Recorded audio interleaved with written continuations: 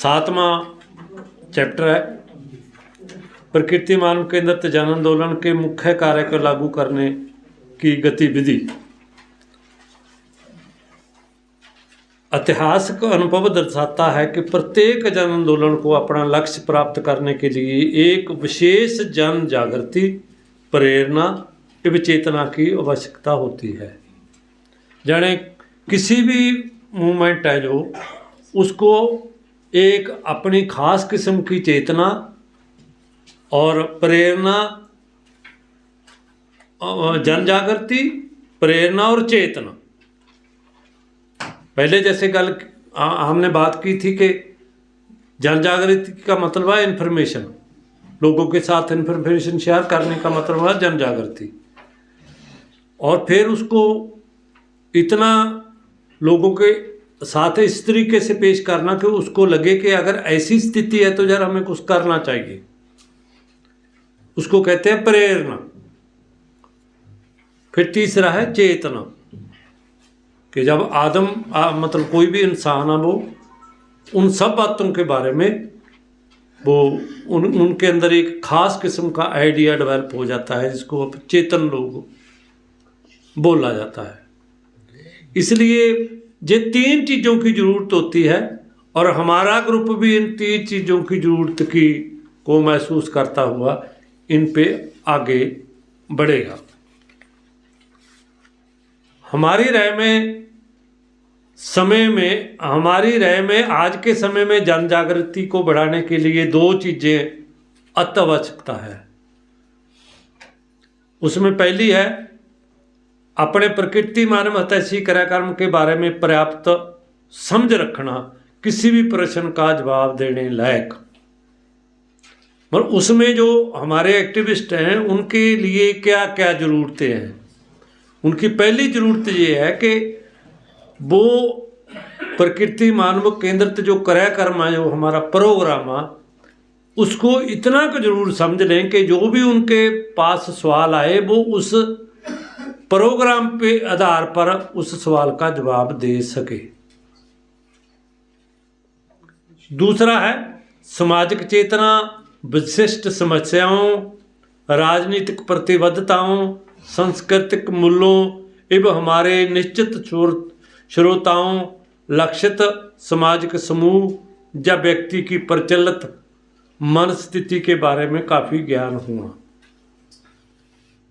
मतलब जो भी हमारे सामने है, जिनके साथ भी हम बात कर रहे हैं, उनके बारे में हमारे ये जरूर पता होना चाहिए कि जो हमारी ऑडियंस है, जो हमारे सामने सुनने वाले हैं, या जिनसे साथ हम कोई विचार विमर्श कर रहे हैं, उनकी सामाजिक चेतना का लेवल क्या है, उनकी विशिष्ट समस्याएं क्या है, उनकी राजनीतिक प्रतिबद्धता क्या है, सांस्कृतिक मूल्य एवं हमारे मतलब मूल्य क्या है, और जो हमारा लक्षित समूह है जब व्यक्ति है उसकी मनोदिशा क्या है, अब उनकी जो मन की स्थिति है वो क्या है, वो क्या सुनना चाहते हैं। इनके बारे में अगर हमको पता होगा ना तो हम उनके सामने कोई ठोस बात रख सकेंगे। नेक्स्ट है जहां दृढ़ता पूर्व दिमाग में रखना आवश्यक है कि वर्तमान में जन चेतना का स्तर सामाजिक सही और सामाजिक गलत का निर्णय लेने के लिए आमतौर पर एक 3 तरफा गलत मानदंड यानी धन, सत्ता एवं ताकत मुख्य 3 आयामी कारपोरेट आदेश को अपनाता है। इस संबंध में हमारा मुख्य कार्य उपरोक्त अर्ध सत्य को प्रकृति मानव हितैषी मसलन पर्यावरणीय टिकाऊपन, समता, उत्पादकता, लोकतंत्र एवं पारदर्शिता के 5 स्तरीय वास्तविक सिद्धांतों से तुलना करके नकारना चाहिए, लेकिन जय लोगों से हमारी श्रृंखलाबद्ध अंतरक्रिया के बाद ही हो पाएगा। इसमें कुछ समय लगेगा। तो अब तो जो लोगों का एक सामाजिक पद्धर है, वो समाज में ठीक क्या है, गलत क्या है, उसको 3 पैमाने हैं उनको मापने के कि इससे फायदा क्या होगा, पैसा मिलेगा। कोई भी काम करते हैं वो पहले सोचते हैं। अगर किसी को हम कहें आप जरा हमारे साथ मीटिंग में चलो, तो वो कहेंगे क्या मिलेगा वहाँ, है इस फोरम में क्या मिलेगा। और दूसरा कि पैसे के बाद कि वहाँ कोई मतलब सत्ता के नज़दीक कोई मिनिस्टर आएगा, कोई जे आएगा, क्या हम सत्ता के नज़दीक जा सकते हैं? जे भी वो मतलब उस पर, और बाकी ये कि उससे हमारी ताकत में कोई इजाफा होएगा। मतलब अब वो 3 ही फार्मूले हैं, पैसा, सत्ता और ताकत। ये 3 अगर कहीं से मिलते हैं तो लोग सबसे ज़्यादा उधर जाएंगे। इस अर्ध सच को हमारे जो 5 उसूल हैं कि वहाँ जाने में पर्यावरण टिकाऊपन का क्या रोल है, उसके बारे में क्या पता चलेगा। समता का हमारा अर्थ क्या है, उससे आपको क्या फ़ायदा होने वाला है 1:5 की जो आमदन की अगर रेशो बनती है, और उसमें लोकतांत्रिक मूल्य क्या होंगे, उसमें उत्पादकता कैसे बढ़ सकती है, और और उसमें पारदर्शिता वाली बात कैसे है। हम तो कह रहे हैं ना कि हर चीज़ पारदर्शिता के जरिए और जवाबदेही के जरिए लोगों के सामने पेश की होना चाहिए। वो कहते हैं कि गुप्तता का कानून, उनका कानून ये है कि वो पहले ही कह रहे हैं कि नहीं, हमने लोगों को कुछ नहीं बताना अपने सिस्टम के बारे में।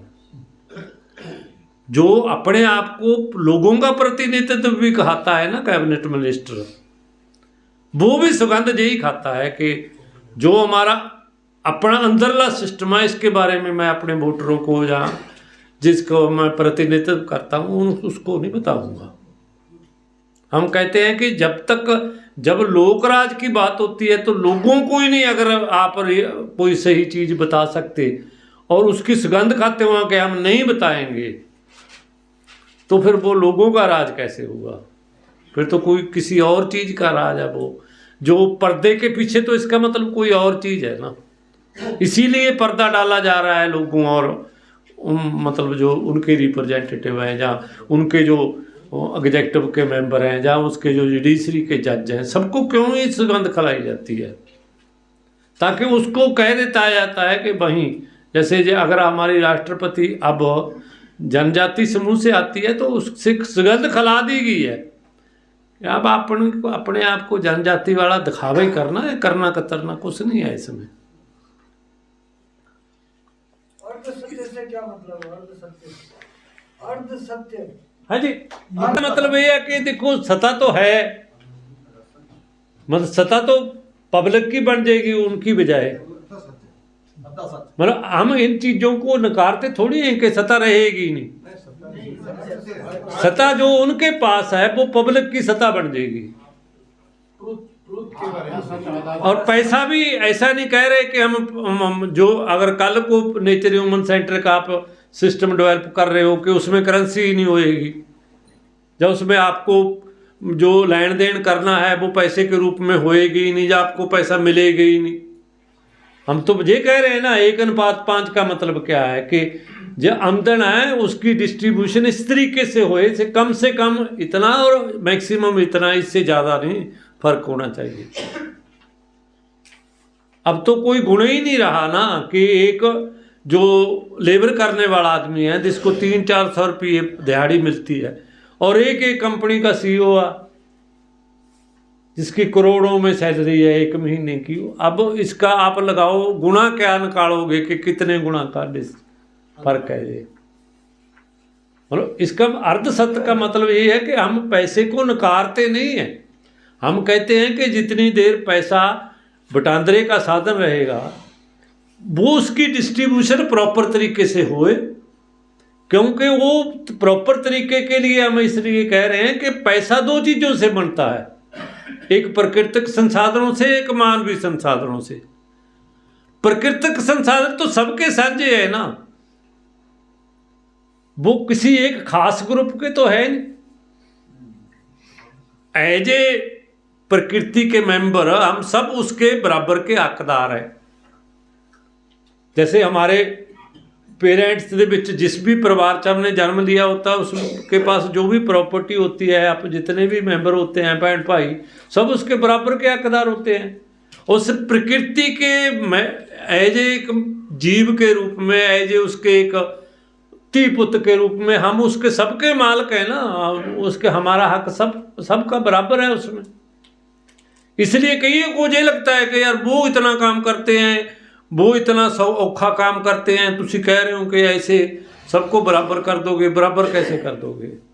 बराबर करने का मतलब नहीं है उसका, जब हम कह रहे हैं ना कि उचित बराबरता, उसका मतलब ही ये है कि प्राकृतिक स्रोत जिससे वो पैसा बना रहे हैं, कारपोरेट भी प्राकृतिक स्रोतों से पैसा बना रहे हैं, वो उनके थोड़ी हैं। वो हवा हमारी खराब कर रहे हैं, पैसा वो बना रहे हैं। पानी वो हमारा खराब कर रहे हैं, पैसा वो अपना बना रहे हैं। भोजन वो हमारा जहरीला कर रहे हैं, पैसा वो अपना बना रहे हैं। प्राकृतिक रूप में तो ये चीजें जहरीली नहीं है ना। प्रकृति ने तो हवा भी शुद्ध दी, पानी भी शुद्ध दिया, भोजन भी शुद्ध दिया, आपको जीने लायक टेम्परेचर भी दे दिया। अब टेम्परेचर को तो डिस्टर्ब वो कर रहे हैं ना। इसलिए हम कह रहे हैं कि 1:5 का फार्मूला है। इसका मतलब ये नहीं है कि हम इसको मतलब अर्ध सत्य का मतलब ये है कि पैसे की भी जरूरत है पर उसकी डिस्ट्रीब्यूशन प्रॉपर हो। किसी के पास इतना पैसा रखने का, इतना ज्यादा पैसा रखने का राइट नहीं है। इसीलिए तो ये बेलगाम हो गया ना काम। अगर ये 1:5 के फार्मूले में आ जाए तो आपको इतना पैसा कमाने की जरूरत ही नहीं। क्यों का किस लिए कमाना है? क्यों नेचुरल रिसोर्स खराब करने हैं? नहीं, यहाँ एक बात और भी है ना कि आप नेचर को खराब करके और अगर पैसा पैदा कर रहे हो तो गड़बड़ है। अर्थ सत्य का मतलब है डेवलपमेंट, उत्पादकता तो आप ही बढ़ाओगे, परंतु नेचर को बिना डिस्टर्ब किए भी पैसा बनाया जा सकता है करके करते हो तो गड़बड़ है। तो इस ये अर्थ सत्य है सर, इस आर्थिक स्थिति से हमें निपटना तो पड़ेगा ना सर। पैसा नहीं रहेगा आने वाले समाज में, इसका मतलब ये नहीं कि पावर नहीं रहेगी या सत्ता नहीं रहेगी। वो रहेगी सस्टेनेबल लिमिट में, और वो रहेगी, वो उसकी प्रॉपर डिस्ट्रीब्यूशन होएगी, लोकतांत्रिक और पारदर्शिता से सत्ता रहेगी। और वो जो भी होएगा वो पारदर्शिता के सामने एंगल से होएगा। वहां उत्पादकता होएगी और इससे भी ज्यादा होएगी, लेकिन वो ग्रीड के बेसिस पे नहीं होगी, वो सोशल नीड के बेसिस पे होएगी। अब परमाणु बम बनाने की क्या जरूरत है? अब इतने हथियार बनाने की खतरनाक क्या जरूरत है? वो तो कोई जरूरत ही नहीं ना है। समाज की जरूरत, जिसको पहले हम कहते थे रोटी कपड़ा मकान, अब चलो उसमें कुछ चीज़ें और जोड़ लो, उसमें हेल्थ फैसिलिटी जोड़ लो, उसमें फ्री एजुकेशन जोड़ लो, ठीक है, उसमें मतलब ये अपनी हवा पानी इन सब को शुद्ध, जहाँ भोजन वगैरह को जोड़ लो। उसके लिए आप सस्टेनेबल लिमिट में भी ये सब चीज़ लोगों को, जितनी सब हमारे पास पब्लिक है, इसको प्रोवाइड कर सकते हो, और वो सारा पारदर्शी तरीके से हो सकता है।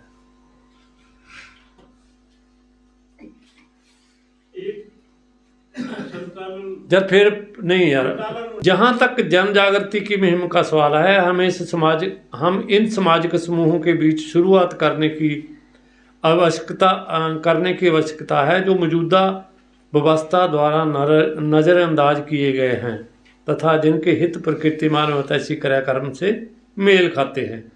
ये समूह मुख्य तौर पर हैं गांव और शहर के गरीब, बेघर, बेरोजगार, विधवाएं, महिलाएं जो गरीब तबके की हों, कामकाजी बालक, लड़कियां, अपंग, सफाई कर्मचारी, खेत मजदूर, बंधक मजदूर, असंगठित मजदूर जैसे निर्माण में लगे मजदूर, रिक्शा चालक आदि, जनजाति, कैदी, विचाराधीन कैदी, बूढ़े लोग जिनकी देखभाल करने वाला कोई ना हो, लंपट तत्व जैसे भिखमंगे आदि, फैक्ट्री मजदूर, कार्यालय कर्मचारी, विद्यार्थी, अल्पसंख्यक आदि। इन समूहों को मोटे तौर पर 4 के समूह में वर्गीकृत किया जा सकता है: समूह विशेष, क्षेत्र विशेष, समस्या विशेष और ट्रेड यूनियन विशेष। और मोटे तौर पे इन्हां सारे समूहों ਨੂੰ ਆਪਾਂ 4 हिस्सों में बांट के इनमें काम कर सकते हैं। किसी अपेक्षित लक्ष्य समूह का कार्यक्रम तैयार करते समय यह ध्यान में रखना समान रूप में वांछित है कि इसके अन्य संबंधित लक्षण हो, यानी राजनीतिक प्रतिबद्धता, सांस्कृतिक मूल्य, प्रचलित मन स्थिति आदि पर ध्यान रखा जाए। भी एक तो समूह विशेष है, एक क्षेत्र विशेष है, एक समस्या विशेष है, एक ट्रेड यूनियन विशेष है। क्षेत्र विशेष का मतलब है जैसे आपका अरावली वाला प्रॉब्लम आ गई तो वो ये क्षेत्र विशेष ही बन गया एक किस्म का कि सबसे ज़्यादा बोलेंगे अरावली थे, तो जो अरावली जहाँ को सीधा अफेक्ट करेगी वो ही बोलेंगे ज़्यादा, और साथ में दूसरे लोग भी बोलेंगे, वो एनवायरनमेंट के एंगल पे बोलेंगे आप, क्योंकि आपके ये अगर तोड़ा जाएगा अरावली को तो सबसे ज़्यादा प्रॉब्लम तो जो अजाड़ा होगा, जो लोगों का ये वो होगा, वो तो जहाँ के का होगा ना, लोकल लोगों का। ऐसे तरह समस्या विशेष है, कोई खास किस्म की प्रॉब्लम आ गई और उस प्रॉब्लम पे आप बात करोगे, वो किसी जैसे पंजाब की आ गई प्रॉब्लम के वहाँ फ्लडिंग होगी, वो मतलब फ्लड की विशेष प्रॉब्लम आ गई है, चाहे वो एनवायरनमेंट के साथ, लेकिन उसके साथ जितने लोग बेघर हो गए, जितने लोगों के मतलब पशुधन खराब हो गया, जितने लोगों की मौत हो गई, जितने लोगों के मकान गिर गए, जितने लोगों की फसल तबाह होगी, ये सारी चीज़ें आपको उसमें लेनी पड़ेगी। और इसी तरह मतलब ट्रेड यूनियन है कि वो जितनी भी उनकी, जैसे आजकल सबसे ज़्यादा बड़ी मांग उनकी यही होगी कि हमारे वो जो लेबर लॉ है वही ख़त्म कर दिए, उनको 4 कोडों में ही बदल दिया। इसका मतलब ये है कि अब कोड को तो कोई स्टेट गवर्नमेंट भी इधर उधर कर देगी, और जा कैबिनेट चाहे स्टेट की है चाहे सेंटर की है, वो कैबिनेट के उसमें आ गया। अब उनको कोई लॉ बनाने की ज़रूरत ही नहीं रही, ना लॉ चेंज करने की ज़रूरत रही है, और पार्टियों को पार्लियामेंट में जाने की वो उनका ख़त्म ही कर लिया काम उन्होंने। इसलिए इन तबकों में से हमने जो देखना है कि हम कौन से तबके में कैसे काम कर सकते हैं, वो तो लोकल यूनिटी तय करेगा ज़्यादातर। नहीं, ये ठीक बात है इनका कि इसमें किसान सब प्रत्येक लक्षित समूह की सामाजिक चेतना को जगाने के लिए आवश्यक है कि हमारी उनसे बातचीत सरल व आसानी से समझ में आने वाली हो, और इन 3 पहलुओं यानी समूह विशेष की समस्याओं की अपेक्षित स्थिति, प्रत्येक क्षेत्र और राज्य के लोगों के संबंधित मुख्य समस्याओं की बदइंतजामी तथा आम तौर पर आम लोगों में खास तौर पर लक्षित समूहों को राजनीति, विकास, संस्कृति व सुरक्षा के क्षेत्र में प्रकृति मानवता ऐसी कार्यक्रम कैसे सकारात्मक तरीके से प्रभावित करेगा को जोड़े। निर्धारित लक्ष्य समूह के साथ कुछ अवसरों पर थोड़ी मुलाकात के बाद अगला तार्किक कदम उनकी अपनी अगुवा टीम का चुनाव कराया जाना चाहिए, जिसमें इन समूहों के बाकी बचे सदस्यों को और आगे लामबंद करने का कार्य पूरा किया जा सके, और फिर उनका एक मास संगठन बनाने के लिए उनमें से एक टीम को बनाना। निश्चित सत्र पर सामाजिक जागृति और संगठन विकसित होने पर प्रत्येक लक्षित समूह से संबंधित समस्याओं को संबंधित अधिकारियों के समक्ष रखा जाना चाहिए तथा जनमत के दबाव का इस्तेमाल करते हुए उन्हें समस्याओं को हल करवाया जाए। मुद्दों को उजागर करने के लिए तथा उनको हल करवाने के लिए हमारा रास्ता तर्कसंगत, शांतिपूर्ण एवं सहयोगात्मक होना चाहिए। फिर उनकी जो समस्याएं हैं वो नोट करनी और उनके संबंध में उनके जो मांग पत्र तैयार किए हुए हैं और उन पे उनको लामबंद करते हुए संबंधित अधिकारियों के समक्ष उनको पेश करके मतलब जो पीपल प्रेशर जिसको हम बोलते हैं, लोगों का दबाव लामबंद किया जाए ताकि वो समस्याएं जो भी वो हल कर सकते हैं उनको करवाने की कोशिश करनी चाहिए।